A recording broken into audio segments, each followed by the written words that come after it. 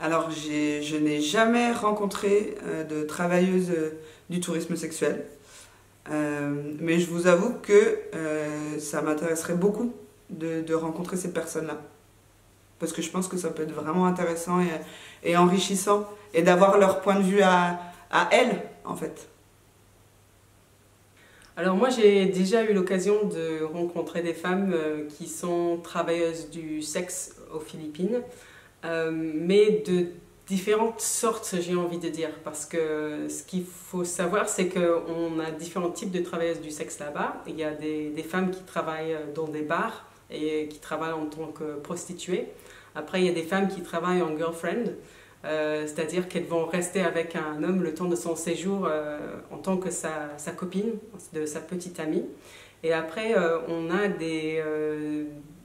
un autre type qui est un petit peu plus, bon, on peut appeler ça des freelances, des personnes qui vont proposer leurs services dans la rue ou alors sur Internet.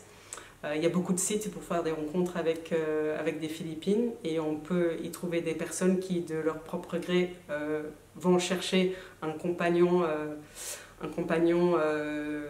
d'ailleurs pour essayer d'avoir une meilleure situation, ou alors même des femmes qui vont créer un profil, mais une sorte de fausse profil, et qui, là en l'occurrence, on a des arnaques où elles vont travailler pour essayer d'extorquer l'argent de la part de ces personnes, sans forcément jamais aller jusqu'à les rencontrer.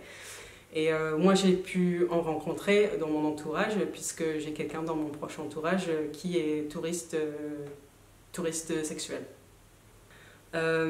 Alors, les personnes que j'ai pu rencontrer m'ont fortement inspirée, notamment pour l'écriture de cette pièce.